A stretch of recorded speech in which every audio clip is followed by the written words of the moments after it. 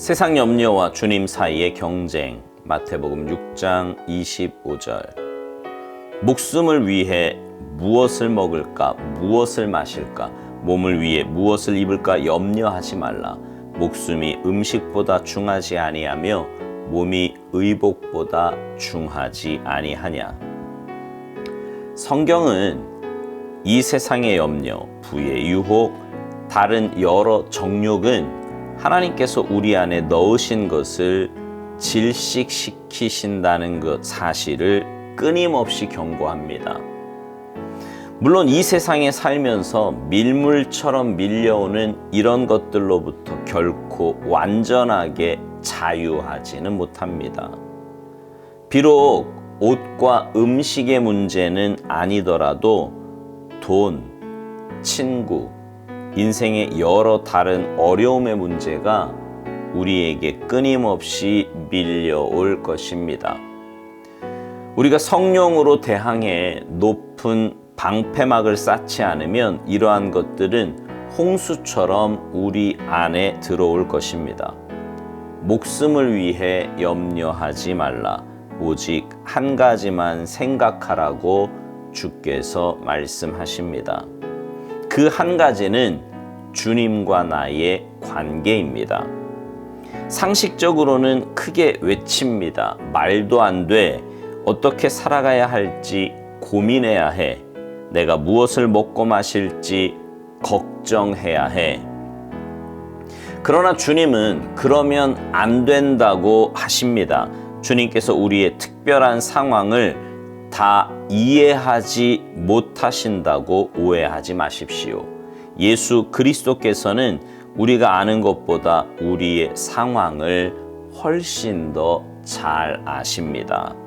그분이 하시는 말씀은 우리의 상황에 대해 너무 많은 생각을 함으로써 그것이 우리의 삶의 염려가 되면 안 된다는 말씀입니다. 세상 염려와 주님에 대한 생각이 우리 마음속에서 경쟁할 때마다 하나님과의 관계에 최고의 우선순위를 두십시오.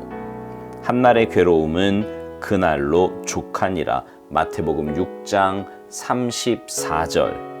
오늘도 얼마나 많은 고생스러운 일들과 악한 일들이 당신을 위협하고 있습니까? 얼마나 짜증스러운 염려들이 마음속에서 솟아납니까? 자, 다음 달에 무엇을 할 거야? 이번 여름은 주님이 말씀하십니다. 아무것도 염려하지 말라. 다시 주님을 바라보고 생각하십시오. 하물며 너희일까 보냐? 라고 말씀하시는 당신의 하늘 아버지를 마음속에 두십시오.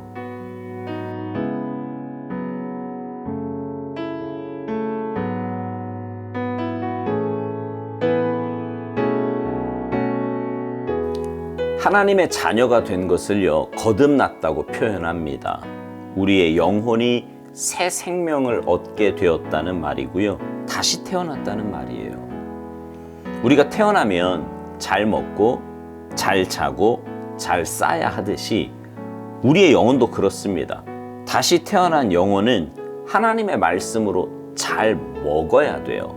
하나님의 말씀이 우리 영혼의 양식이다 이 말입니다.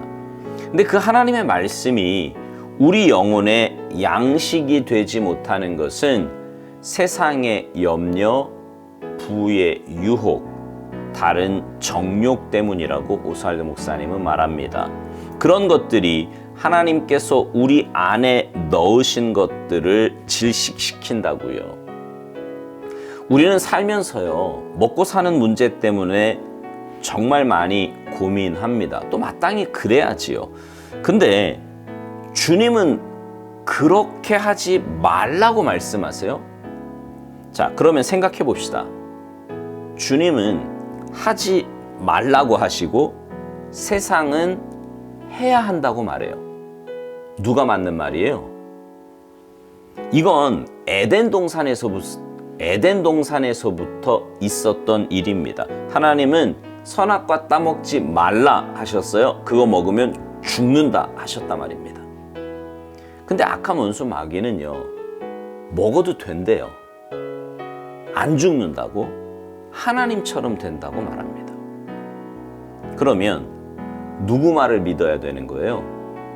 당연히 하나님의 말씀을 믿고 그 말씀을 지켰어야죠. 먹고 사는 문제도 마찬가지예요. 세상은 우리에게 끊임없이 고민하고 걱정하라고 말합니다. 그러나 주님은 그거 하지 말라고 하세요. 오히려 우리에게 다른 거 요구하십니다.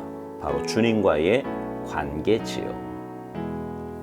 오살도 목사님 말대로 우리는 하나님이 우리의 형편과 상황을 다 이해하지 못하신다고 오해합니다. 말은 아니지만 실제로 그렇게 생각하며 살아요. 그러니 염려도 하고 걱정도 하는 거지요. 그러나 여러분, 하나님은요, 나보다 나를 더 잘 아시는 분이에요. 이 말은 정말 우리가 수없이 많이 들은 말 아닙니까?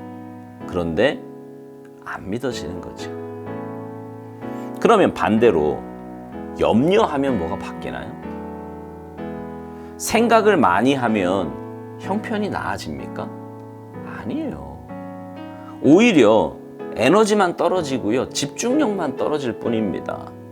오스왈드 목사님은 우리에게 이런 권면을 합니다. 세상 염려와 주님에 대한 생각이 우리 마음속에서 경쟁할 때마다 하나님과의 관계에 최고의 우선순위를 두라고요.